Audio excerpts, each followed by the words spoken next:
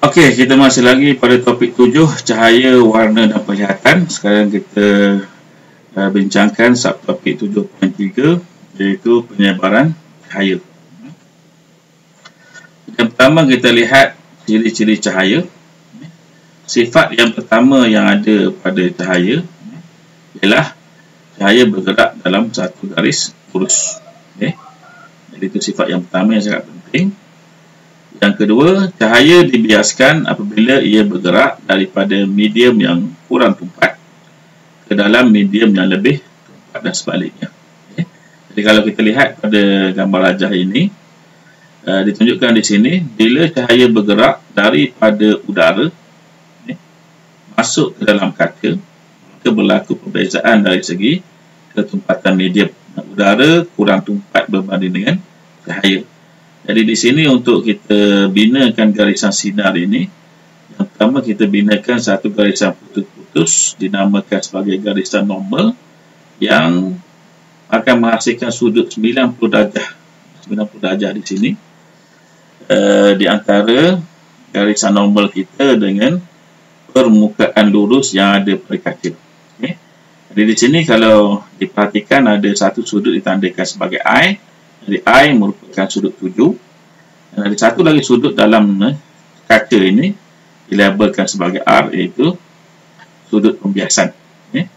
Jadi bila kita bandingkan di sini antara sudut I dengan sudut R, didapati sudut I lebih besar daripada sudut R. Maksudnya bila cahaya bergerak daripada satu kawasan yang kurang tumpat masuk ke kawasan yang tumpat, okay, maka cahaya akan mendekati garisan normal. Okay.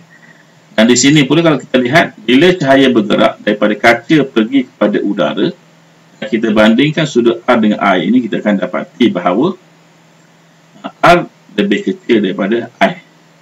Maksudnya bila cahaya bergerak daripada kawasan tumpat ke kawasan yang kurang tumpat, okay, sinar akan menjauhi garisan normal tersebut. Jadi sudut I di sini lebih besar daripada sudut R. Yang ketiga,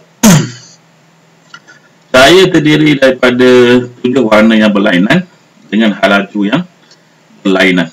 7 warna yang berlainan ini biasa kita lihat bila pelangi terbentuk. Ada 7 warna. Pada yang tak ingat warna cahaya pelangi itu, kita kena ingatlah, iaitu merah, jingga, kuning, hijau, biru, indigo, ungu. 7 warna. Ataupun nak mudah ingat, mat, jais, ke, hulu, beli, ikan, yu. Mat, jais, ke, hulu, beli, ikan, yu. Jadi kita gunakan yang huruf di depan setiap perkataan itu untuk mewakili warna.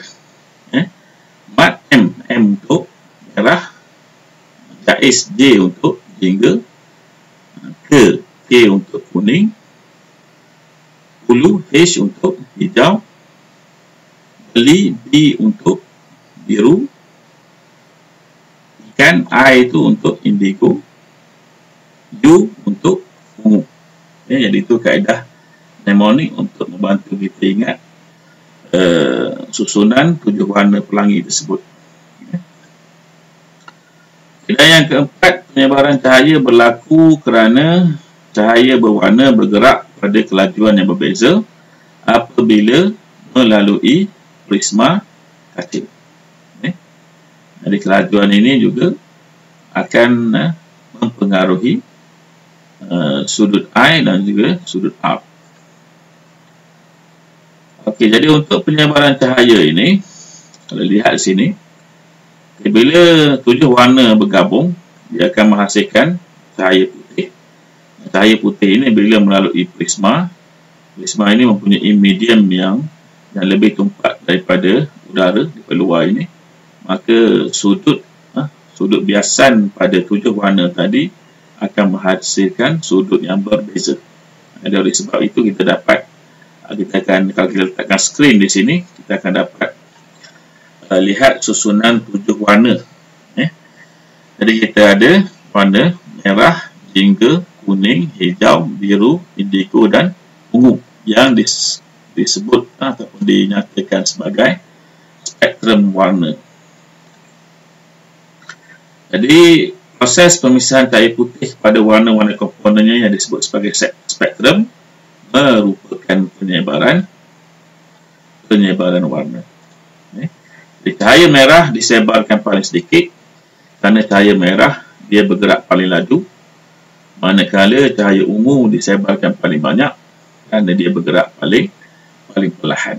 Jadi kalau kita lihat pada susunan ini, kita dapat lihatlah merah paling laju, diikuti oleh jingga, diikuti oleh kuning, dan akhir sekali yang paling perlahan adalah ungu. Okey, seterusnya untuk penggabungan warna spektrum. Kalau kita lihat di sini, ini ada 2 prisma yang digabungkan. Jadi disebut di sini sekiranya satu lagi prisma kaca yang serupa diletakkan terbalik di belakang prisma yang pertama, sinar akan digabung semula untuk membentuk cahaya putih semula. Jadi ini prisma yang pertama akan melakukan proses penyebaran, prisma yang kedua akan melakukan proses penggabungan semula. Jadi itu yang berlaku bila kita gabungkan 2 prisma. Okay. Kemudian kita ada satu alat di sini namakan sebagai cakera Newton yang terdiri daripada 7 komponen warna. Bila cakera Newton dipasang dengan kelajuan yang tinggi, 7 warna ini akan dilihat sebagai warna putih oleh mata kita. Maksudnya 7 cahaya telah digabungkan bersama-sama membentuk warna putih. Okey, sebenarnya ada satu fenomena yang dinamakan sebagai pembentukan pelangi. Jadi pelangi merupakan fenomena semula jadi yang berkaitan dengan penyebaran cahaya oleh air hujan. Ini contohnya lah, tunjukkan di sini. Pelangi terbentuk hasil daripada penyebaran cahaya matahari oleh titisan air hujan yang terampai di atmosfera. Pelangi boleh dilihat sekiranya matahari berada di belakang pemerhati selepas hujan. Ini terlihat di sinilah. Ini yang berlaku. Di sini berlaku pembiasan. Ada cahaya putih. Bagaimana berlaku dalam prisma yang kita bincangkan tadi. Titisan hujan berbentuk sfera akan bertindak sebagai prisma. Dan apabila cahaya putih daripada matahari melalui titisan air hujan, cahaya itu disebarkan oleh titisan air hujan tadi. Dari itu, maka kita akan dapat lihat pembentukan pelangi di kaki langit. Kita dapat lihatlah warna dia, warna tadi. Warna tadi ikut susunan dia lah. Merah paling atas diikuti merah, jingga, kuning, hijau, biru, indigo dan juga ungu. Jadi itu untuk subtopik 7.3.